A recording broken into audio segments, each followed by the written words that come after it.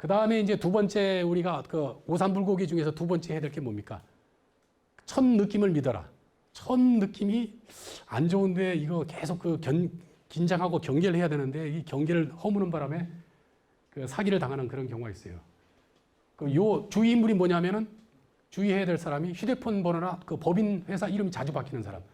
우리가 휴대폰 번호 바뀌면 친구들한테 보내잖아요. 내 휴대폰 번호 이렇게 바뀌었으니까 연락해줘. 이렇게 하는데 사기꾼들은 오히려 거꾸로 전화 연락이 올까봐 자주 바뀌어요.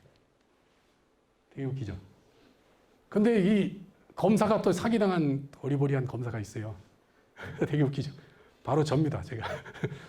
20년 전에 평검사 때, 그때 이제 우연히 이렇게 뭐 대학 선배라고 이렇게 왔는데, 그분 보니까 별로 느낌이 안 좋더라고. 눈빛도 그렇고. 그래서 경계를 했는데, 옆방에 있는 부장검사하고 되게 친하더라고요. 이제 그때부터 이제 식사도 하고 한 10년을 놀았죠.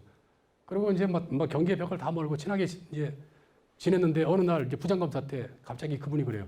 임 부장, 내가 요번 달 신용카드 사용 대금을 못 막으면 신용불량자가 된대요. 그래서 500만 원 빌려달래요. 그래서 있는 돈 없는 돈 다 끌어모아서 빌려줬어요. 근데 다음 달에 또 그러는 거야. 그래가지고 또 끌어 모아가지고 이제 260만 원. 합계 690만 원이죠. 해서 줬죠. 근데 1년이 지나도 연락이 없더라고. 그러다가 난 또 지방에 어디 또 발령이 받아서 열심히 또 사기 사건 기록을 보다가 선배 생각이 나서 전화를 했는데 전화는 안 받고 칼라링이 나와요. 갑자기 뭐 찬송가가 막 들려. 이 사람은 기독교 신자가 아닌데.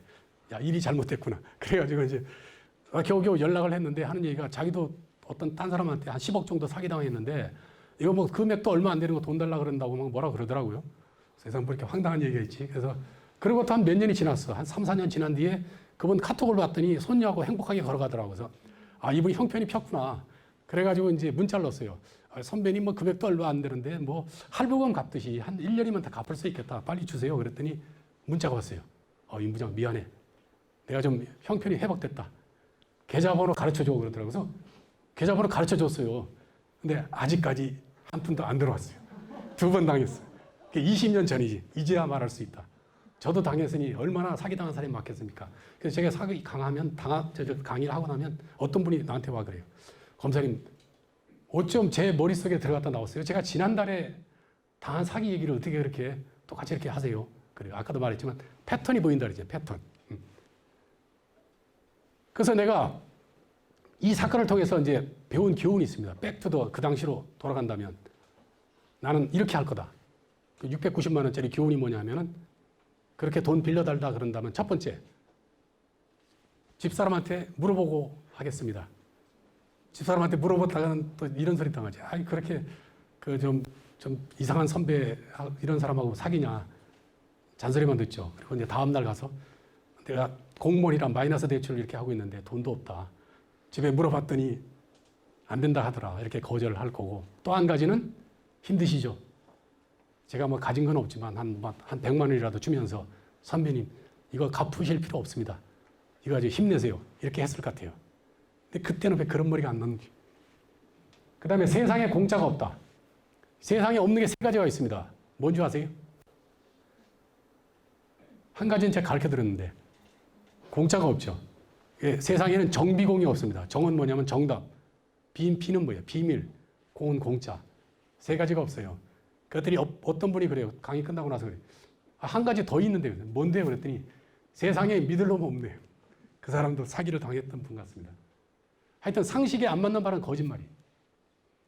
리딩 사기라 그래가지고 요새 상당히 많은데 이 투자를 갖다 자기 전문가다. 뭐 주식이라든지 뭐 가상화폐라든지 투자 전문가라고 이렇게 하면서 이제 속여서 돈을 이제 주면은 이제 돈을 불려준다는 거죠. 그래서 작년인가요? 네이버에 보니까 그게 났던데 어떤 여자분이 이 주식 전문가라고 하는 사람이 이제 투자하면은 이제 돈을 불려준다 그래가지고 처음에는 안 믿었는데 그 밑에 댓글을 쭉 봤더니 막 엄청나게 칭찬도 들어있고 돈 많이 그 사람 때문에 돈 벌었다는 사람도 있고 그래가지고 돈을 조금 넣었더니 또 이게 수익금 났다고 돈을 주는 거예요. 그래가지고 1억 원을 딱 넣었는데 연락이 없었. 그 문이 폐쇄가 된 거예요. 그게 작년 6월 달이네. 그래가지고 경찰서에 신고를 했더니 경찰에서 시큰둥하고 뭐 당신이 뭐 허영심이 많으니까 다 한 거 아니냐. 그래서 이분이 화가 나서 그냥 극단적인 선택을 했어요. 그리고 보이스피싱범 같은 경우는 이제 법이 그 입금한 통장도 거래 정지 시켜주고 어떤 그게 있잖아요. 근데 지금 이거는 아직까지 거기까지 입법이 안 돼 있어요. 당한 사람만 억울한 거죠. 그다음에 밀리올에 그때 보면은 이게 그 전통시장 이렇게 그 가지고 이제 뭡니까 이 재수선해가지고 이제 굉장히 그 밀리올의 신화가 있었잖아요. 그래가지고 이 사건이 2001년도 그 파격적인 그 수익 보장한다 그러면서 사기가 엄청나게 많았어요. 그게 내가 2001년도 서울중앙지검 있을 때 이 사건인데 내가 이제 그 부임해서 이렇게 갔더니 어떤 사건이 있더라고요. 거기에 남대문 이제 그 시장에서 이제 일어난 사건인데 그 어느 날 그 어떤 분이 자기 피해자 대표인데 한 30명 되는 피해자 대표인데 나하고 면담을 하고 싶대요. 그래서 이제 면담을 했어요. 그랬더니 그분이 하는 말이 어제 꿈을 꿨는데 하늘에서 굵은 동아줄이 내려왔대요. 근데 자기가 그 동아줄을 타고 하늘로 쫙 올라갔대요. 근데 뭔가 좀 느낌이 이상해서 검찰청에 이렇게 전화를 했더니 담당 검사가 바뀌었대. 그리고 이름도 임채원이라 뭔가 좀 이름도 좀 좋고 느낌이 좋아서 자기 사건을 해결해 줄 것 같대요. 그때부터 마음이 좀 약해지더라고요. 그래서 기록을 자세히 봤더니 너무 이게 엉망으로 돼 있더라고요. 그래서 그 광고 전단지부터 이제 수사를 처음부터 다시 했어요. 열심히 조사를 해가지고 두 사람을 구속을 했어요. 그랬더니 그분이 어느 날 다시 찾아왔어. 그러면서 너무 고맙대요. 그분은 어떤 분이냐면은 교회 권사인데 너무 이제 진짜 어렵게 사시는 분인데 이제 이걸 분양받으면 이제 어느 정도 노후 대책이 되겠다 싶어서 카드 깡하고 그다음에 친인척들 돈 끌어모아서 그렇게 해서 이제 그 분양권을 이렇게 한 건데 그걸 사기를 쳤으니 근데 어쨌든 이제 구속해서 기소를 했더니 그렇게 찾아와서 하는 얘기가 너무 고맙다 그러면서 눈물을 흘리면서 앞으로 검사님을 위해서 평생 기도하겠습니다 그러더라고요. 제가 32년째 아직도 검사하고 있는 거 보면 그분의 기도발을 받고 있는 것 같습니다. 대단하시죠. 그래서 하여튼 파격적 고수익 이러면 무조건 그래서 사기라고 봐요. 그 다음에 이제 이건 아주 중요하죠. 만장회도라고 어느 날 뭐 공부하다 보니까 만장회도라고 이 한자 수거가 있더라고요. 이게 뭐냐면 장이 이제 감출장자잖아요. 담장을 관리를 그러니까 내 울타리 관리를 제대로 안 하면 회는 가르칠 회예요. 도둑놈한테 내 물건 훔쳐가라고 가르치는 것과 같다. 이런 뜻이래요. 만장회도. 이거를 보는 순간 또 이 직업 정신이 발휘가 돼서 만증회도 내가 이런 말을 지어냈습니다. 증거를 갖추지 않으면 사기꾼으로 하여금 사기치라고 가르치는 것과 같다. 그게 무슨 얘기냐면은 증거를 남겨야 돼요. 중요 부분은 반드시 자필을 받아야 되고 두 번째가 백지에 서명날이 나면 안 되고 그 다음에 세 번째가 서명날이를 하려면 내용을 반드시 읽어봐야 돼. 그 다음에 돈의 용도를 반드시 빌려줄 때 아까 얘기했죠. 돈의 용도를 이 도박 작업으로 빌려주는데 그죠? 그건 못 받는 거 아니야. 뭡니까? 아까처럼 창고 짓는데 그러면 창고 짓는다고 거기 그 용도로 빌려간다고 그걸 받아놔야 나중에 보호를 받을 수 있다는 거죠. 그 다음에 원금 보장. 투자인 경우는 이제 그 투자한 대로 이제 돈을 사용했는데 사업이 망해버리면 안 갚아도 돼요. 투자 말 그 자체 투자하냐. 빌리는 건 반드시 갚아야 되고 그래서 투자라도 이제 원금 보장이라는 문구를 넣으면 이제 어느 정도 보장이 되거든요. 그 다음에 이제 그 종이에다 어떤 뭐 문서로 어떤 받을 그런 상황이 안 되면 카톡이나 녹음을 하라는 거죠. 그래서 첫 번째 이제 중요한 부분은 자필이나 무인을 받아라. 어떤 사기 사건을 수사를 하는데 이 계약서가 되게 중요한 부분이에요. 근데 이 사기꾼이 뭐라 그랬냐면은 자기는 그날 거기 현장에도 없었고 이런 계약서 쓴 적이 없대요. 그래서 내가 깜짝 놀라서 무슨 소리냐. 당신 도장도 있고 이름도 있고 다 있는데 했더니 이 사기꾼이 하는 얘기가 권사님 여기에 제가 이 계약서를 썼다는 증거를 대십시오 그러더라고요. 그래서 아 이게 증거지 그랬더니 한 얘기가 제가 자필로 된 게 있습니까? 뭐가 있습니까? 해서 그 말을 듣고 이렇게 봤더니 전부 다 컴퓨터로 출력이 돼 있고 도장도 뭐 대표이사 직인 그냥 새겨서 찍어놨더라고요. 그래서 워낙 인쇄술이 좋으니까 이게 전혀 뭐 의미가 없더라고요. 이 계약서가. 그래서 이걸 막으려면 어떻게 됩니까? 중요한 부분은 뭐 금액이라든지 이름이라든지 중요한 대목은 그 사람 자필을 받아야지. 왜냐하면 필적 감정이 되니까. 그리고 도장도 좋지만은 무인을 지장을 찍어야 해요. 지장을 찍으면 권리 보호받는데 지장이 없다 이거예요. 왜냐하면 무인 감정이 되니까. 만약에 그렇게 해놨으면 사기꾼이 이거 내가 작성 안 했습니다. 이 소리 못 합니다. 그 다음에 반드시 영수증을 받아야죠. 돈을 줬으면 영수증을 받아야 돼. 이게 근데 작년에 그 만났던 사람인데 이 영수증 그 회수 안 하는 바람에 스트레스 받아서 원형 탈모증 걸린 사람이 있어요. 스토리가 간단히 소개하면 어떻게 이 피해자 사업을 도와주는 사람인데 어느 날 갑자기 그래요. 자기가 갑자기 어떤 그 남의 그 일을 성사시켜서 1억 원을 받았대. 1억 원을 받았는데 좀 떳떳하지 못한 돈이라 자기 와이프한테 갖다 주기도 뭐하고 그냥 가지고 있대요. 그러면서 이 피해자 보고 당신이 한 달만 보관하고 있다가 자기한테 달래요. 그래가지고 이 사람은 돈이 필요한 사람이 아니거든요. 그래가지고 아유 싫다 그랬는데 자기 사업을 도와주기 때문에 마지못해 1억 원을 현금을 받았어요. 받으면서 이 사기꾼이 뭐 써왔더라고요. 차용증 뭐 이렇게 써왔는데 뭐라 그러냐면 자기 딸이 지금 로스쿨 다니고 있는데 돈 거래할 때는 꼭 차용증을 주고 받으라 그래가지고 하나 컴퓨터로 뽑아왔다. 근데 거기 써 있는 거 보니까 뭐 이자도 써 있고 뭐 변제 날짜도 써 있고 그래서 자기는 빌리는 게 아니고 단지 보관해 주는 건데 뭐가 좀 찝찝하지만 그냥 서명 날인을 해줬대요. 그리고 그 차용증을 주고 돈을 받아서 자기 집에 갖다 놓기도 뭐하고 그래서 트렁크에 그 1억 원을 넣고서 한 달을 다녔대. 그리고 한 달 뒤에 그 사기꾼이 뭐라 그러냐면 그 돈을 돌려달라 그러더래요. 그래서 돈을 돌려줬대. 돌려주면서 그 지난번에 그 차용증 그 서명해 준 거를 달라 그랬더니 이 사람이 안 주는 거예요. 안 가져왔다 그러는 거야. 그런데 돈을 돌려줄 때 마침 식당에서 돌려줬는데 식당 주인도 보고 있었거든요. 그래서 증인이 있으니까 뭐 다음에 주세요 그러고 돈을 줬대요. 그리고 나서 3일 뒤에 그 사기꾼이 전화가 왔어요.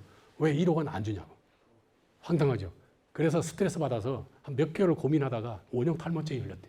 그러면서 지금도 고민하는 게 뭐냐면 나중에 6개월 뒤나 1년 뒤에 기억이 가물가물할 때 그 차용증을 근거로 1억 원 내놓으라고 소송이 들어온다면 자기는 어떻게 해야 되냐. 스트레스를 많이 받았다는 거죠. 그래서 그 사기꾼한테 그 전화를 받고 나서 바로 식당 주인한테 전화를 했대요. 아, 그때 내가 돈 돌려준 거 보지 않았냐. 그랬더니 식당 여주인이 하는 말씀이 기억이 안 난다. 이렇게 얘기했대요. 그런 적 없습니다가 아니고 그래도 양심 있는지 자기는 기억이 안 난대. 자, 여러분이 만약에 그 1억 원을 돌려주는데 상대방이 차용증을 안 가져왔다고 이렇게 얘기할 경우 이거 돈을 돌려줘야 되겠습니까? 말아야 되겠습니까? 어떻게 되겠습니까? 안 돌려준다? 어떻게? 안 돌려줘. 안 돌려줘. 원장님은 안 돌려주죠. 그렇게 안 돌려주면 융통성이 없다 그러는데요. 어떻게 해야 되냐면은 아주 간단해요. 뭐냐면 다시 새로 받으면 돼요. 그 사람한테. 예? 그 사람한테 새로 돈을 돌려받았습니다. 이것만 받으면 끝나는 걸. 근데 우리가 꼭 그 지난번에 차용증을 써줬기 때문에 그걸 회수해야 된다고 이 고정관념이 잡히잖아요. 그냥 그 자리에서 이게 받으면 되거든. 근데 그걸 못 해가지고 지금 스트레스 받아서 그 동그랗게 진짜 그 500원짜리 동전 크기 2개 정도 이게 돼 있더라고요. 그거 보고 야, 이 사기 예방 강의가 진짜 중요하겠구나 이걸 느꼈습니다. 그 다음에 이제 백지에 서명 날인한 사람. 백지에 서명을 해줬어요.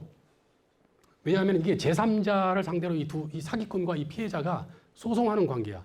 그리고 이 사기꾼이 막 이 피해자를 막 형님 하면서 막 많이 떠받들어 줬는데 어느 날 이 소송이 필요하니까 백지에 서명 날인 해달래요. 근데 넉 장을 해줬대요.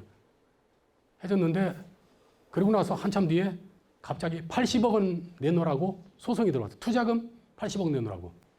그 이유인즉슨 이게 스토리가 이분이 10억 원을 투자한 걸로 해놓고 1년 뒤에 안 갚으면 20억. 그 다음에 40억, 80억. 그래서 최종적으로 80억짜리 그걸 해서 민사소송을 제기했는데 법원에서 이 서류가 위조됐다는 증거가 없으니까 80억 물어줘라. 1심에서 그렇게 패소 판결이 났어요. 그래서 이 사람이 충격을 받고 사기죄, 문서위조죄로 고소를 했는데 이게 증거가 좀 부족한 거예요. 말도 안 되는. 그래서 이 스토리를 이 사기꾼이 어떻게 각본을 짰냐 하면은 어느 날 1억 원짜리 수표를 가져와서 현금으로 바꿔달라고 한 거예요. 이 사람은 순진하게 그걸 가지고 이제 자기 거래은행에 가서 현금으로 바꿔줬어요. 한 달 뒤에 또 그래. 또 1억 원 수표를 가져와서 현금으로 바꿔달라고 그래. 바꿔줬대요. 이 사람이 한 건 그거밖에 없어요. 그러면서 내가 물었어요. 아니, 현금으로 바꿔주든 뭐 하면은 통장으로 넣어주든지 차용증을 받든지 해야 되는데 왜 안 했어요? 했더니 이 사기꾼이 신용불량자라 통장 거래가 안 되니까 현금을 달라고 해서 현금을 줬고 그 차용증은 뭐 그냥 그 받을 생각을 못 했다는 거죠. 그리고 이 사기꾼이 10억 투자했다고 주장하는 거는 처음에 1억 수표하고 4억 원 현찰 한 달 뒤에 1억 수표 플러스 4억 현찰. 이래서 10억 투자했다는 거예요. 이렇게 스토리를 만든 거예요. 야, 진짜 세상에 이런 법이 있습니까? 그러니까 백지에 서명해주는 바람에. 그래서 차용증 받는 게 얼마나 중요한지 이걸 알 수 있겠죠. 근데 지금 이게 아직도 해결이 안 된 것 같아요. 막 이 사건이 왔다 갔다 해, 지금. 해결이 안 되고. 이게 증거가 그만큼 부족한 거죠. 그 다음에 이제 내용을 안 읽어보고 서명했다 또 낭패당한 대학 교수가 있어요. 자기 선배가 차를 뽑는다 그래가지고 보증서 달라 그래가지고 이제 체육과 교수인데 또 운동하는 사람이 또 씩씩하잖아요. 해줬어요. 근데 나중에 보니까 이게 서명해줄 때 내용을 싹 가리고 해준 거야. 나중에 보니까 이게 어떤 놈한테 2억 원을 빌리는데 이 사람을 보증인으로 서명 날인 받은 거예요. 당연히 사기꾼은 처음부터 안 갚으려고 한 거죠. 그랬더니 이 교수한테 소송이 들어왔어요. 그래가지고 월급의 반이 압류가 되고 그것 때문에 열받아가지고 한 달 내내 술을 퍼먹다가 속이 탈이 나서 어느 날 치질 수술한다 그래가지고 나중에 보니까 그것 때문에 스트레스 받아가지고 이제 탈이 난 거예요. 뭐 그런 식으로 됐는데 이 사람은 너무 억울한 거죠. 그 내용 안 읽어보고 서명해주다가 그래서 억울해가지고 도저히 못 참겠다 그래가지고 이제 그 사기범을 상대로 서울중앙지검에다가 문서위조 사기죄로 고소를 했는데 이게 뭐 대답을 이상하게 잘못했는지 어느 날 밤에 서울중앙지검에서 이제 그 사람이 자기가 조사받는다고 거의 막 우는 그런 목소리로 전화를 해요. 자기 검사가 자기를 허위 고소했다고 무고죄로 처벌하려고 지금 조소받고 있대, 조소. 세상에 이런 법이 어딨냐. 본인이 전혀 그 자기를 보호할 수 있는 그런 걸 못했기 때문에 그런 상황이 발생한 거죠. 그 다음에 아까 용도를 꼭 쓰라 그랬죠. 이건 이제 어떤 사기꾼이 이제 자기 그 오피스텔을 짓는데 돈이 필요하다 그러면서 오피스텔이 완공되면 분양 대행할 수 있는 권한을 주겠다. 근데 지금 설계비가 부족하다. 설계비를 빌려다오. 그래가지고 지금 5천만 원을 설계비로 받았어요. 근데 자기 사업 자금으로 써버리고 돈을 안 줘. 그래서 사기죄로 고소를 했더니 이 사기꾼이 하는 얘기가 자기는 설계비로 빌린 게 아니다.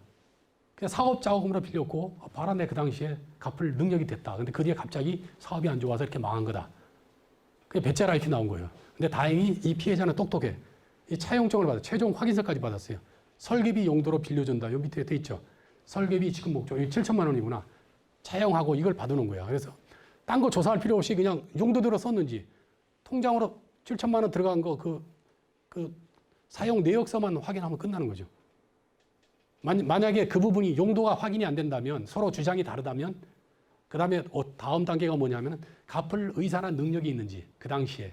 근데 상당 부분은 그게 밝히기 하기 쉽지가 않아요. 그러니까 80%가 무혐의가 되는 거예요. 용도 쓰는 게 되게 중요하죠. 그 다음에 이제 투자. 투자인 경우는 뭡니까? 이거는 잘못하면 그냥 버리는 돈이야. 투자 목적대로 써버리고 그 사업이 망하면 회수가 안 되는 거. 빌려주는 거는 원금 회수를 전제로 해서 주는 거잖아요. 근데 많은 사기꾼이 빌려준 거, 심지어는 차용증까지 썼으면서도 투자받았다고 이렇게 우기는 경우 많아요. 많고, 그러면 차용증은 왜 썼습니까? 이렇게 물어보면 그냥 형식적으로 써줬대. 말이 안 되죠. 꼭 투자인 경우도 보호 못 받는 게 아니고 투자하면서 물론 원금 회수는 안 되겠지. 그러나 투자 약정서 끝에 원금 보장이라는 문구를 넣어달라고 한번 우겨보세요. 주장을 하면 어떤 사건에서는 원금 보장이라는 문구가 들어가 있어가지고 그 당시에 보니까 원금을 보장해준다 그랬는데 능력이 안 되는 거야. 그래서 조사해서 그냥 사기죄로 기소를 했어요. 근데 원금 보장을 해달라고 하면 원금 보장을 약속하면 투자는 아니죠. 그죠? 어떤 빌리는 거 비슷하지. 그렇지만 원금 보장을 해달라고 우기면 협상이 되잖아. 그래서 투자하는 돈의 50% 그러면 내가 보장해줄게. 아니면 30% 어느 정도 협상이나 되지. 근데 아예 이런 개념 자체가 없다면 그냥 당하는 거예요. 그리고 투자 받은 대로 돈을 썼다고 이렇게 적당히 또 이렇게 소리를 만들어 놔요. 사기꾼들은. 그 다음에 전에 내가 상담했던 건데 원금 보장 문구. 내가 아는 그 지인이 그 어떤 정보기관 출신인데 그 퇴직금을 다 어떤 그 의료기기 사업한다는 사람한테 투자를 해가지고 한 1년 정도는 이익금을 잘 받았어요. 너무 신나는 거야. 야, 인생이 왜 이렇게 행복하냐. 뭐 그러다가 친인척 돈까지 다 끌어모은 게 17억 원. 딱 투자를 했죠. 그 다음부터 잠적하고 연락이 없는 거예요. 그래가지고 고소를 했는데 사건이 뭐 몇 달 돼도 해결이 안 되는 거예요. 그래서 내가 아는 지인한테 물어본 거야. 내가 이제 현직 검사라는 걸 아니까 나한테 물어보래요. 검사 출신 변호사 선임하는 게 좋아요? 판사 출신 변호사를 선임하는 게 좋아요? 이렇게 물어보더라고요. 그래서 내가 그랬죠. 어느 출신이 중요한 게 아니고 분명히 투자 약정서를 썼을 거다. 거기에 원금 보장이라는 문구가 있는지 확인해봐라. 근데 그 문구가 안 들어가 있는 거지. 그러니까 저런 어려움을 당하는 거예요. 그냥 특히 나이가 들어서 노후 자금이 털리면 그냥 영원히 털리는 거예요. 그냥 중산층의 그 빈민으로 어떻게 잘못되면 노숙자로 전락되는 상황이거든요. 그래서 이거는 이 사기 예방 강의는 그야말로 어떤 그 학생들이 알아야 될 어떤 필수 과목이라고 하나? 우리가 교양 과목, 어떤 인문학 강의들은 대체로 우리가 나이 들어서 아니면 우리 그냥 일상생활을 어떻게 우아하게 좀 더 인간다운 생활을 할까 이 정도지만 이 사기 예방 그 내용을 모르면 하루아침에 뭐 100억 가지고 있으면 뭐합니까? 하루아침에 사기당해서 한 푼도 없어지는데 그야말로 생명과 같은 필수 과목이 아닌가 그렇게 생각을 하고 있습니다. 그리고 우리가 만약에 문서를 쓸 상황이 아니다. 어떤 길에서 뭐 이렇게 협상이 돼서 돈을 이렇게 빌려주게 된다든지 뭐 이렇게 되면 이건 뭐 종이도 없고 뭐 이렇게 차용제 쓸 수도 없잖아요. 그죠? 어떻게 해야 돼? 휴대폰이 이게 만능이라니까요. 그 상대방한테 그래요. 자, 녹음을 합시다. 아니면 휴대폰으로 우리 촬영을 합시다. 이 상대방이 사기칠 생각이 아니라면 전혀 거절을 안 하죠. 흔쾌히 좋습니다. 이렇게 나오죠. 근데 그런 거 꺼리고 뭐 이렇게 한다 그러면 이거는 의심을 해야 될 상황입니다. 그 다음에 이제 우리가 녹음 같은 경우는 이제 우리가 대화 당사자, 우리가 이렇게 대화하는 당사자끼리는 괜찮은데 제3자 거를 녹음하면은 그거는 처벌받습니다. 통신비밀보호법 처벌받고 특히 이제 녹음의 위력은 최근에 봤죠. 그 탄핵 그 임성근 그 뭡니까 대법원장하고 임성근 부장판사 뭐 탄핵 뭐 녹음 된 게 발표되는 바람에 대법원장이 완전 거짓말쟁이로 완전히 결정적으로 그냥 나왔잖아요. 그것처럼 녹음이 사건에서 많이 그게 활용이 돼요. 심지어는 요새 막 설정만 해놓으면 누구한테 오는 전화든 내가 거는 자든 모든 게 녹음이 되더라고요. 심지어 어떤 사기꾼은 우리 수사관이 조사하려고 소환한 전화까지 다 녹음돼가지고 막 그런 사람들이 있더라고요. 아주 무서운 그런 사람들. 그래서 하여튼 전화하는 건 이게 다 녹음이 되는구나 이렇게 생각하고 하면 좋습니다. 그리고 하여튼 중요한 돈 거래는 하여튼 증거를 남기는 게 중요해요. 요거는 카톡 문자 때문에 2억 3천만 원 빌려준 게 밝혀져서 사기 혐의가 밝혀졌죠. 이건 뭐냐면 피해자는 이제 마스크팩을 제조하는 사람이고 이 사기꾼은 애견용품을 이제 만들어서 중국에 수출하는 사람인데 돈을 빌리는 거예요. 그러면서 돈을 빌려주면 당신 애견용품까지 끼워서 이제 중국에 수출하면 시너지 효과도 있고 그러니까 수익금도 날 거다. 그러면서 돈을 빌렸어요. 그러면서 이제 주고받은 게 이 사기꾼이 제일 위에 대표님 도착했습니다. 이게 사기꾼이 중국에서 이제 들어왔어요. 그러면서 지가 먼저 문자를 보내. 이렇게 도착했고 이제 사업이 어떻게 돼가고 이제 얘기를 하고 있는데 피해자가 뭐라 그래요? 무이자로 빌려드린 지 너무 오래됐습니다. 빌려줬다는 거 아니야. 그랬더니 네, 맞습니다. 회수 보고 올리겠습니다. 이렇게 놨어요. 근데 돈을 안 갚아. 그래가지고 사기죄로 고소를 했더니 이 사기꾼이 뭐라 그랬냐면 분명히 카톡에는 빌려줬다고 돼 있죠. 물론 차용증도 없죠. 그런 상황이라 빌려줬다고 돼 있는데 사기꾼은 투자받았다고 얘기하면서 그 사업이 망해가지고 돈 줄 필요도 없고 그게 없다는 거죠. 그래서 피해자가 이 카톡 대화한 거를 딱 증거로 딱 냈어요. 그러면서 내가 이걸 보고 사기꾼한테 여기 당신이 스스로가 중국에서 들어와서 빌린 걸로 지금 인정하고 있는 카톡 내용이 있는데 이게 어떻게 된 거야? 이렇게 물었더니 하는 얘기가 협박당해서 이렇게 카톡을 했습니다. 이렇게 얘기하더라고요. 그래서 요거만 있는 게 아니고 둘이 주고받은 게 상당히 길어요. 그걸 다 뒤져봤는데 없어. 이 사기꾼이 거짓말을 하고 있는 거죠. 그래서 그냥 기소를 했어요.